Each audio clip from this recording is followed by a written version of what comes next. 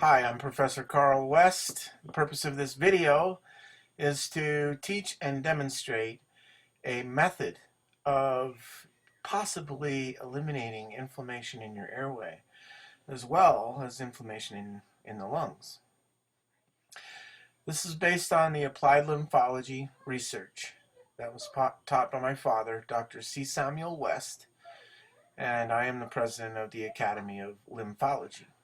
I'll give you a little bit of background to the research. The research states that when your lymphatic system is 100% effective, your bloodstream is going to be 100% effective because the lymph system's role, primary role, is enabling the bloodstream.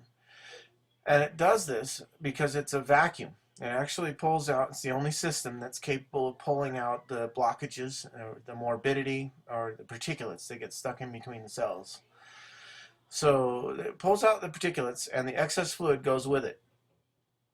So you pull out the excess fluid. This enables the water that goes from the arterial side of the bloodstream over to the venous side to irrigate straight across. So there's no circumvention.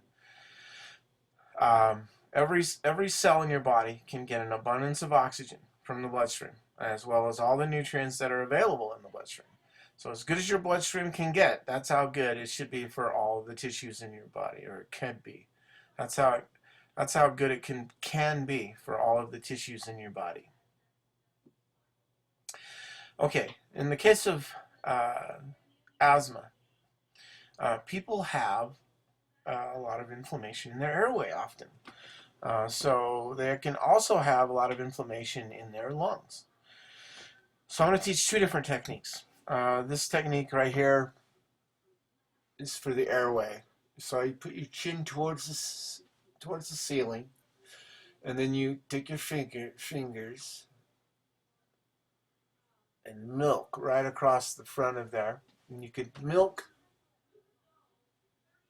also along the side. So use both hands.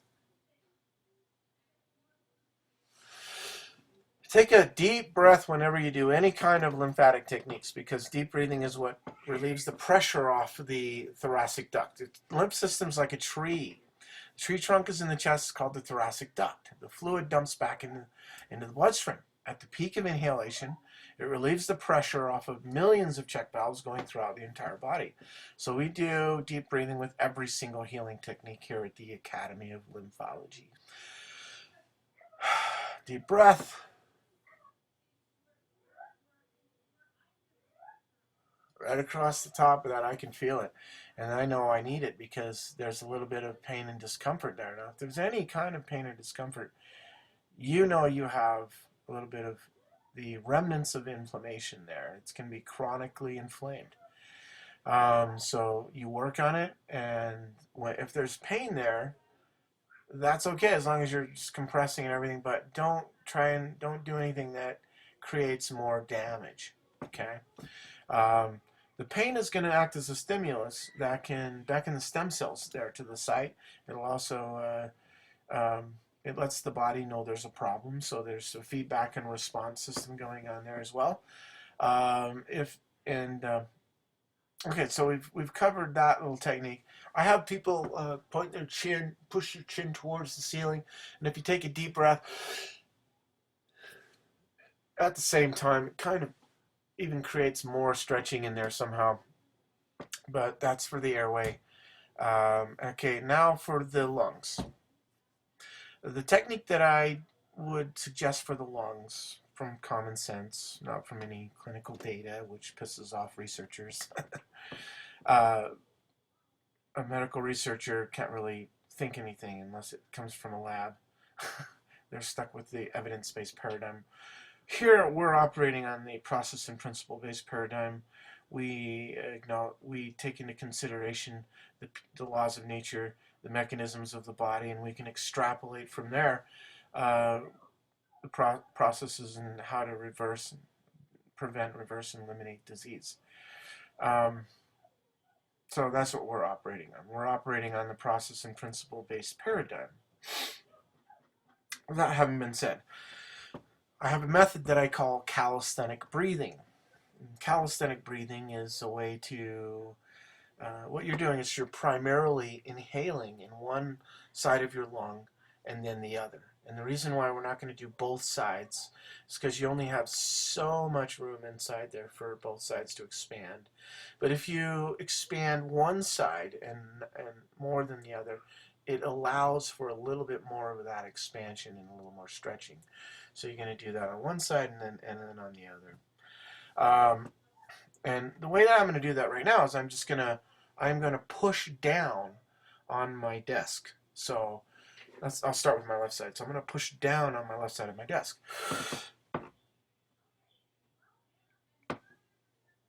I take that deep breath and I just sustain it at the peak. And I keep pushing and then I just let it all out. Do the same thing with the other side. Push down.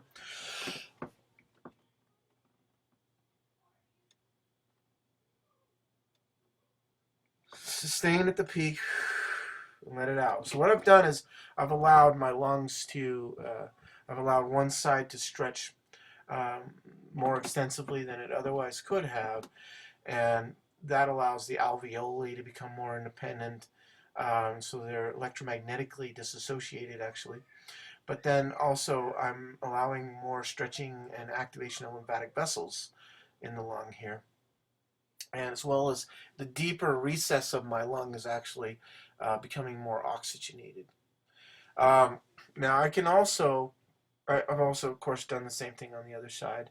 I've allowed this to stretch, I've allowed the lymphatic vessels to be activated here, and deeper recesses are expanded. Also my alveoli is more electromagnetically and disassociated and independent of each other. The reason why we want to do that, contrary to the Butenko advice, I'll explain why I feel this is a better method. There are those who argue that asthma is caused from air getting trapped in the lungs, and that you don't, and so they're going to argue and say, we don't want you filling up your lungs full of air. Well, I believe that's a mistake. I believe they are mistaken, and for one thing, if you don't use it, you lose it.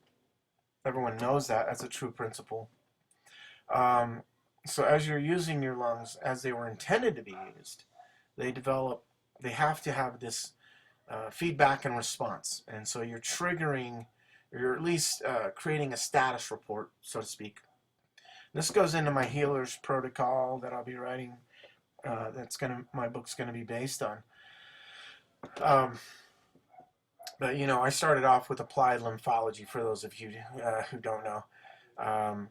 And the applied lymphology is basically the scientific basis for the stretching and everything else that I'm going to be teaching you. So you kind of have to have that background. A lot of people are going to be like, where's your data? I am basing this on laws of nature. I am basing this on the blood and lymph relationship and the research that is well established on your bloodstream and your lymphatic system. The roles that each of those play is basically renewing the environment for your cells. Now the problem with inflamed tissues is there are blockages. Just to put it in layman's terms, there are blockages where your lymph system is the only way to get those blockages out of there, and so you have to activate those lymphatic vessels one way or another.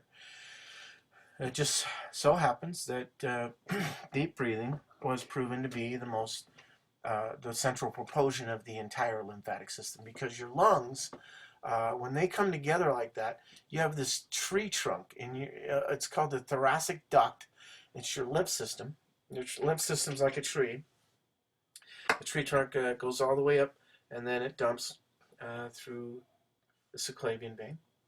So it goes up the thoracic duct, dumps through the subclavian vein, and it goes back into the bloodstream. This fluid has been purified through lymph nodes and everything that act as septic tanks. And so the fluid is being purified, and it goes up this tree trunk.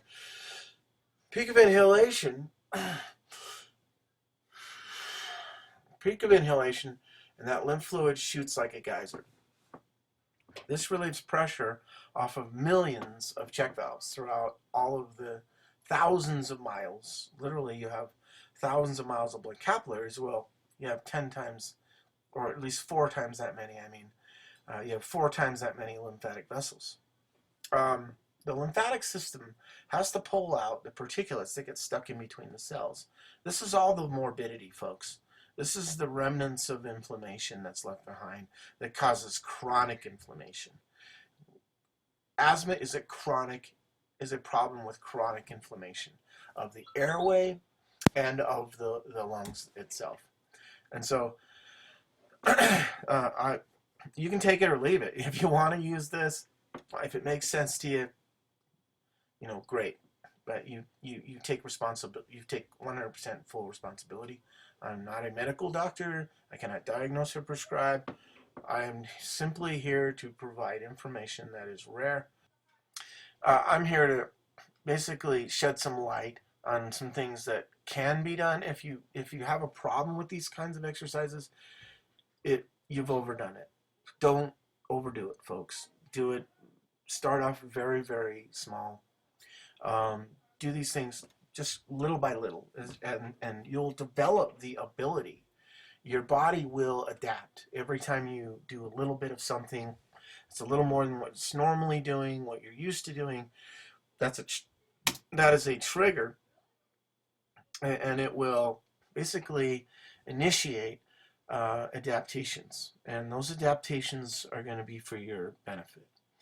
As your body's going to get healthier and healthier, first of all, you're doing number one. You're going to help get rid of the morbidity and the blockages. You're getting the interstitial particulates sucked out by the lymphatic system. And number two, you're providing a little bit of stimulus there, and the cells have the ability, all the tissues have the ability to basically send a message and communicate. The status of those tissues is communicated very effectively, especially if there's any pain or anything like that. It's a very strong stimulus. If you get 95% of the pain out working on it, that means the very next day you're going to wake up 95% better. Now, that's been my personal experience. People might get really angry at me for trying to say something, make it such a claim, but it's in fact what everyone who's been working on the lymphatic system is. Those are the kinds of results that we find. Those are typical. Now, I want to give you a little background behind the research. What we're doing is we're activating lymphatic vessels. We're pulling out the excess fluid. This enables the oxygen to diffuse from the arterial side. You got like arterial vessels and venous, and the arterial side is bringing oxygen, and the venous side is returning the carbon dioxide and waste products back to the gas. Then is coming back to the lungs to be oxygenated once again. So this is a relationship between oxygen and carbon dioxide. But the water literally irrigates from the arterial side over to the venous side, and it's pulled through. Now, when you have any inflammation or blockages in there, there can be a circumvention here. So as the water is irrigating from arterial to venous, it can be circumventing inflamed tissue or blockages. What this program is designed to do is teach people how to eliminate the remnants of inflammation, the inflammatory process, the morbidity and the excess fluid and the trapped plasma proteins and so forth. So you're getting rid of the blockages, and this helps effectuate all the streams, both streams. Basically what's happening is you're enabling the nurturing of the life process as well as the healing process. So you get an abundance of oxygen. When your lymphatic system is 100% effectuated, that means your bloodstream is 100% effectuated by definition. And when your bloodstream is 100% effectuated, that means every cell in your body has become effectuated. So it's a solid chain of logic, and there's no escaping my logic. No, but I leave this with you in hopes that you'll all be blessed by it. God bless you, and have a wonderful night.